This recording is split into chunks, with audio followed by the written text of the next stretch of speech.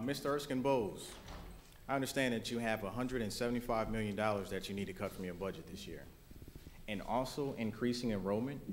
It sounds like a challenge, but I think that Student Relief for Higher Learning can help you meet that challenge. With over 200,000 students in your UNC system, what we try to focus on are those 200,000 students that are cost conscious. And we'll do that by starting with those courses that are large, and more specifically, the courses that are offered by your freshman classes and that are also required. Now, students can actually take advantage of our online system. They can search our books, they can search our site, and they can order what they need. Upon delivery, we charge a $50 textbook rental cost per book, along with a $100 fully refundable deposit, which happens to be substantially lower than our competition, especially the bookstore. I mean, even ebooks can't go that low. And you're fortunate and very lucky if you actually receive the order that you place online with other rental companies that are not local. So, simple thing that we want to do here is help you to meet these challenges. And we do so by asking you for $11 million contribution. Now, granted, 60% of that would actually be towards inventory. We would also have to increase our management team for more specialized individuals to help us oversee the governance of our organization. Are you writing the check? We feel that we can accomplish all 16 colleges within a 4-year time period. And then the bottom line is that students want to save more money. And as students save more money, students are willing to reinvest that money back into school programs. Some of those programs could include something like, I don't know, 49er football team. Thank you. What's your average cost of a textbook? The average cost that we pay? Mm-hmm. The average cost that we pay would be $100 per book. Okay, and how many rentals will you have to do to just recoup your cost? Just two. No, two. It'll be two just to recoup our cost to break even. Okay, so that'll take you nearly a year? Yes, and those financial projections would not include the summer rentals, and that would not include the books that are donated because we're a nonprofit. And how regularly do books editions change over? Generally, textbooks generally change over 3 years. They have a 3-year life expectancy. Not all textbooks, but the books that we would actually target would have a 3-year life expectancy. There are some books that have annual renewals. Some books have shorter lives. Which equates to about 9 semesters. And out of that, how many times would you anticipate to rent that volume? That one volume? Uh-huh. 9 times. 9 times. Okay, so you're going to run all of your inventory all of the time? No. Okay. Basically, our numbers and our projections are based upon not renting all of our inventory all of the time. We're conservative with our numbers, realizing that we won't rent all of our books, but we also account for summer semesters. But if we had to recoup the cost for that one book, it would take 1 year, which would be spring, or it would be fall and spring to recoup the cost. So as I understand it, my out-of-pocket expense for one book for one semester would be $50. Plus $100 security deposit, yes. Right, but assuming I return that. Yes. Okay, and that includes shipping back and forth, or? That does not include shipping and handling. Okay, and if I had the alternative of buying used and selling back, what's the delta on that? As far as through Student Relief or through the traditional bookstore? Through a traditional bookstore. Those numbers vary dramatically. We've seen prices as low as maybe 15 to 20%, maybe sometimes up to 50% of the actual retail value that the bookstores will pay you back for those books. For instance, if you were to buy a used book for about $130 in the bookstore, they might give you $30, $40 cash back. So to piggyback on that question, your value proposition is the low-cost provider. Are you in all instances the low-cost provider? Yes, we would be.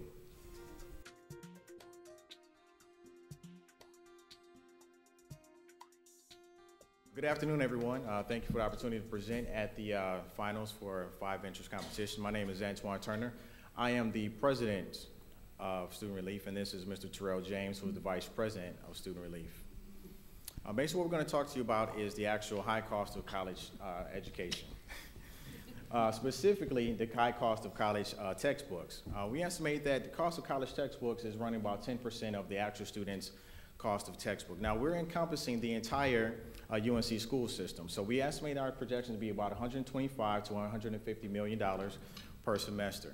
And through student relief, like I said before, our simple terms are $50 and $100 full refundable deposit. And if you look at our system compared to more traditional systems such as used textbooks, that equates to about $4,200 that a student is expected to probably pay over the life of their four-year degree. With student relief, we'd save them about 50% of that actual cost. One of the things that we want to try to do is bring out an approach, and that approach with student relief is building our relationship with our students, the bookstores, and encompassing ourselves with the UNC system to build what we like to refer to as the circle of trust. Now, there are some opportunities available between ourselves and the bookstore, so some things that we can service that they just can't, and vice versa. Our marketplace consists of pretty much our actual competition. Of course, bookstores would actually be one of those given. Some of the onlines will be Amazons and your eBays. They offer a low cost. Unfortunately, the delivery is delayed, and you can't actually resell the books. Same as our online book rental competition directly, which will be Cheggs and campusbookrentals.com. Even ebooks. Now, most students, you can actually download this right to your computer, but most students don't actually want to take the time to read their entire textbook on a computer. You can't cross-reference it, you can't highlight it, you can't copy, print, you can't, most of all, share it. And it has an expiration date, 6 months to maybe 1 year. Well, even here with student relief, our advantages are some of the things such as we offer the lowest, the most predictable cost available. And because we have a local presence here established with the university, we'll be able to rent students the most current textbooks. And we can offer them, because we are, again, local, the most timely delivery, and also with our online access. Mr. Terrell James will fill you in on our financials. Okay, again, my name is Terrell James, and I'm the Senior Vice President of Student Relief. Our proposal to you this afternoon is that we seek to provide service to 5 to 10% of the textbook market for the UNC system in 4 years. To do this, we will implement a 4-year rollout plan that will consist of 15 of the 16 UNC universities. We can successfully execute this plan with $11 million in funding from the UNC system over a 4-year term. Now, don't put your checkbooks away yet. Now, I want to make this clear. It is not $11 million each year for 4 years. It is $11 million total dispersed over a 4-year term. $7 million is allocated to textbook purchases to supply the UNC student population of 200,000.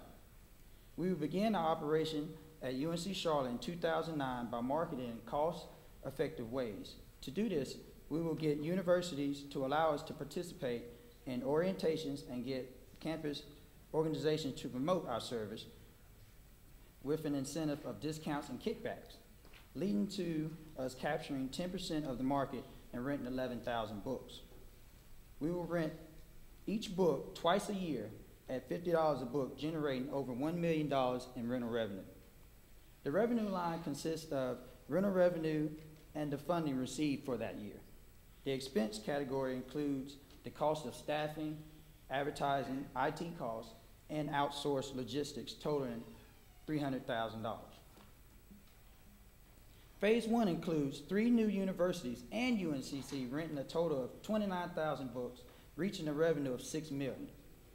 The second phase will acquire 3 large schools to place us at 59,000 books rented. The third and final phase will include the remaining 8 universities and generate over $7 million in rental revenue alone. Now back to the $11 million price tag.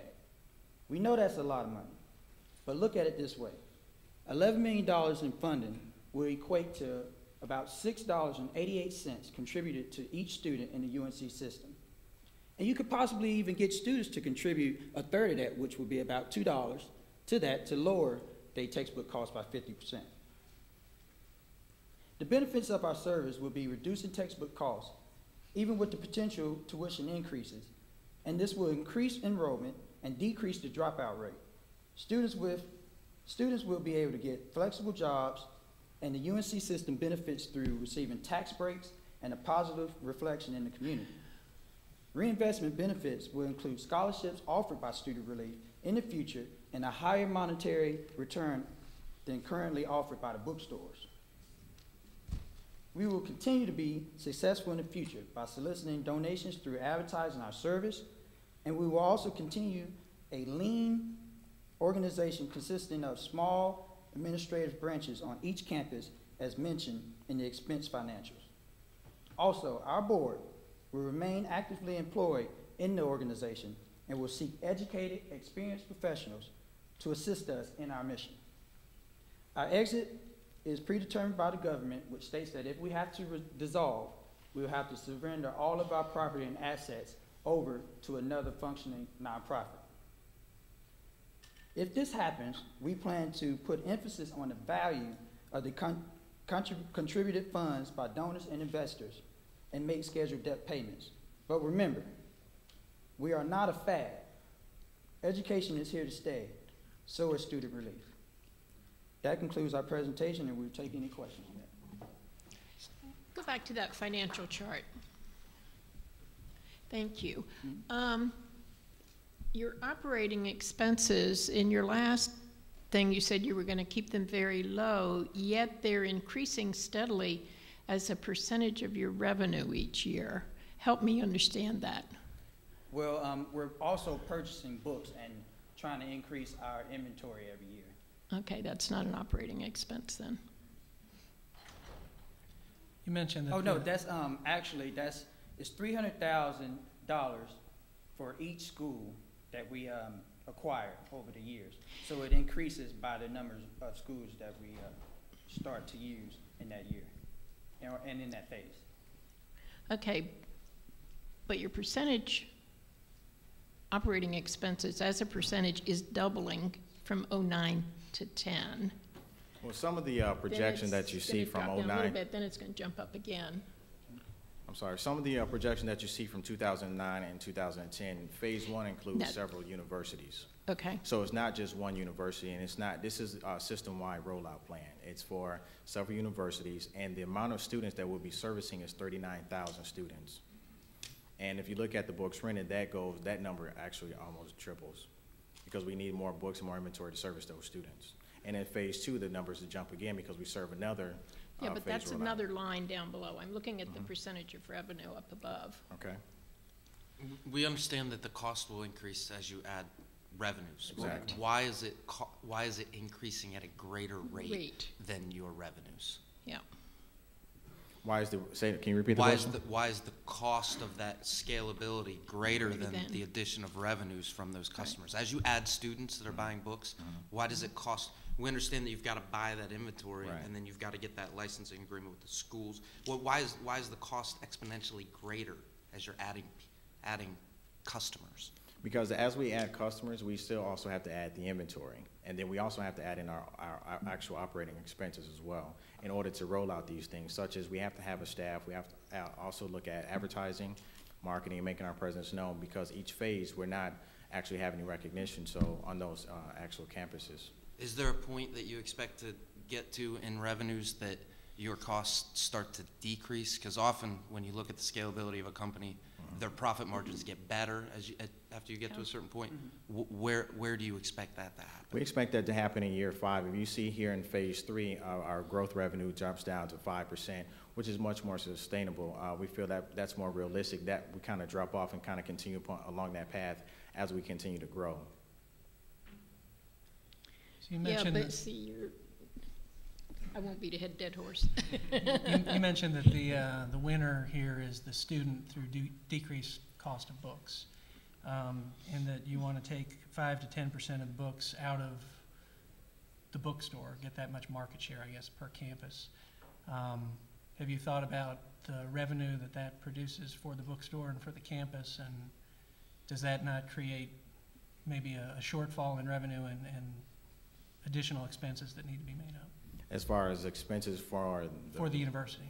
For the university, well, we do realize that the bookstore actually takes a portion of their revenue and they actually contribute that back to the universities. We're not for sure which bookstores in every university, but part of us being nonprofit and partnering with the university would allow us to actually take our funds and reinvest those back into the students in forms of other programs and scholarships. Mm-hmm. So we feel that we can actually contribute more to the university, more so than maybe the bookstore could possibly do.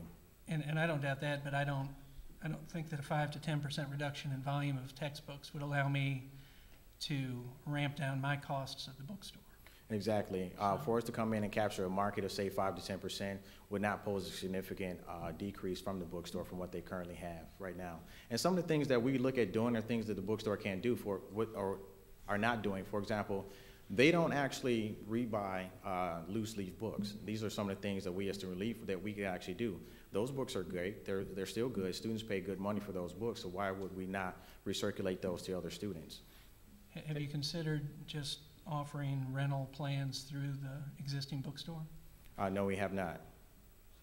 We actually did a little bit of research and found that for publishers or other competitors to start up their own rental program, it would run them about $10 million. And they have yet to see the potential in the market. We consider ourselves a niche player, and the bookstore just being the convenience on the campus. And also at the end of our 4-year term, we plan on, through our projections, we plan on being a self-sustaining organization after the initial funding of, for example, the $11 million. But our business model is also one of the ones that is actually scalable to size. We don't have to scale up and ramp up initially. We can start with any amount of donations. We can start with $500 to $50,000 to $500,000. But we're looking at actual forming a partnership with the UNC system, and we wanted to have a much greater impact as possible. In order to do that, to give students the most relief as the much amount of time as possible.